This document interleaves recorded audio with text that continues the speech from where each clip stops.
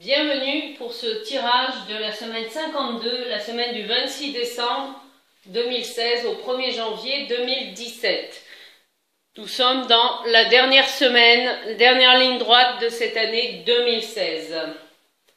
Alors, je viens d'effectuer le tirage avec la lune en ouverture, la 5 en deuxième et le mat, l'arcane sans numéro.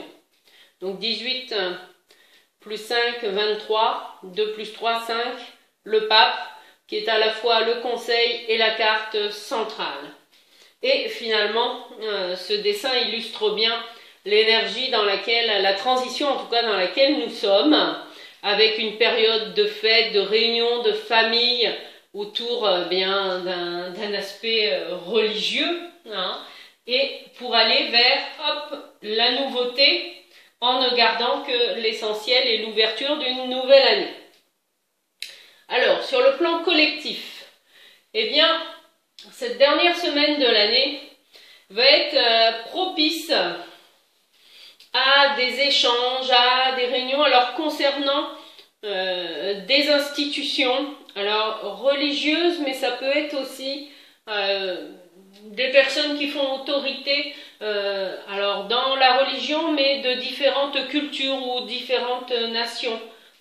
C'est comme s'il y allait avoir une assemblée de, peut-être de prêtres, de rabbins, de pasteurs, vous voyez, enfin, une communion en tout cas de différentes religions qui vont fédérer ensemble leur message pour aller vers la paix et vers une nouvelle manière peut-être de voir la religion, sachant que le mot religion vient du latin religio, qui signifie se relier.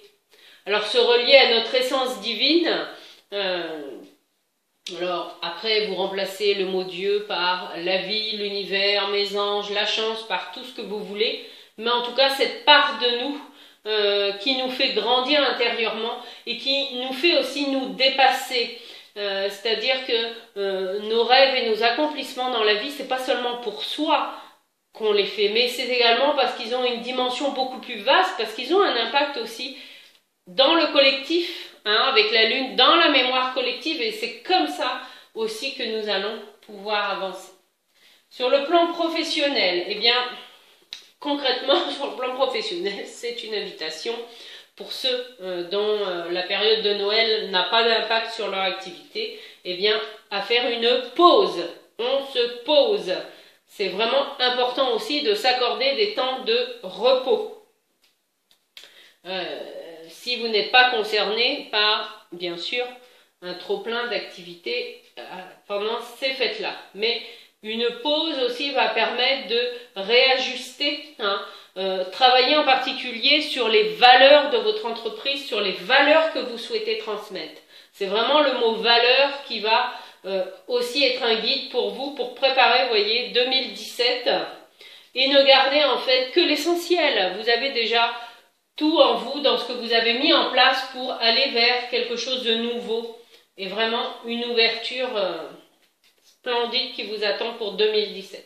Si vous êtes salarié, eh bien, c'est vraiment une invitation à aussi réfléchir à comment amener la paix dans mes relations avec mes collègues, avec mes partenaires professionnels, avec ma hiérarchie ou mes hiérarchies. Hein. C'est vraiment une invitation à être dans cette ouverture-là de la paix. C'est pas seulement un jour par an que nous devons tendre vers cette paix intérieure, hein, c'est tout le temps, mais en particulier pour cette dernière semaine de l'année.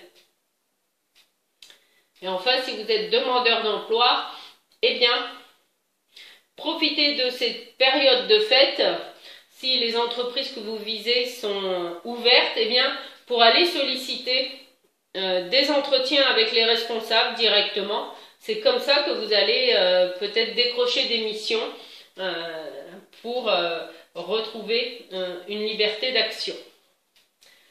Alors, sur le plan personnel, si vous êtes célibataire, c'est une invitation, si vous êtes célibataire, à vraiment vous poser la question aussi avec le pape sur l'engagement, sur l'union sacrée.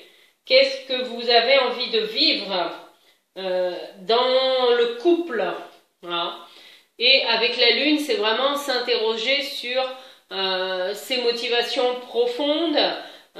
Qu'est-ce qui fait sens pour moi dans l'engagement à deux. Hein. Et s'il y a des choses qui ne vous conviennent plus, eh bien, ne gardez que l'essentiel. Le groupe aussi peut vous apporter beaucoup là pour cette semaine-là. N'hésitez pas, que vous soyez célibataire, voire même en couple. S'il y a des événements qui sont proposés en couple ou pour les célibataires, inclure une dimension spirituelle, peut-être un nouvel an à vivre d'une manière différente, eh bien, osez y aller parce que ça va vraiment aussi vous donner des éléments pour retrouver votre liberté d'être. Parce que même si on est en couple, la liberté d'être, c'est avant tout un état intérieur. Si vous êtes en famille, avec des enfants, eh bien sûr, la notion d'engagement familial, mais plus particulièrement la responsabilité en tant que parent. La notion de parentalité est au cœur, en fait, de cette semaine-là en particulier. Mais on peut être aussi, alors parent ou coach, mettez-y le terme que vous voulez, c'est-à-dire quelqu'un qui va accompagner une personne, qu'elle soit adulte ou enfant, à cheminer d'un point A vers un point B. Et à un moment donné, c'est aussi accepter que l'enfant ou l'adulte qui nous suivait jusqu'à présent, eh bien, hop, aille faire sa propre route, son propre chemin.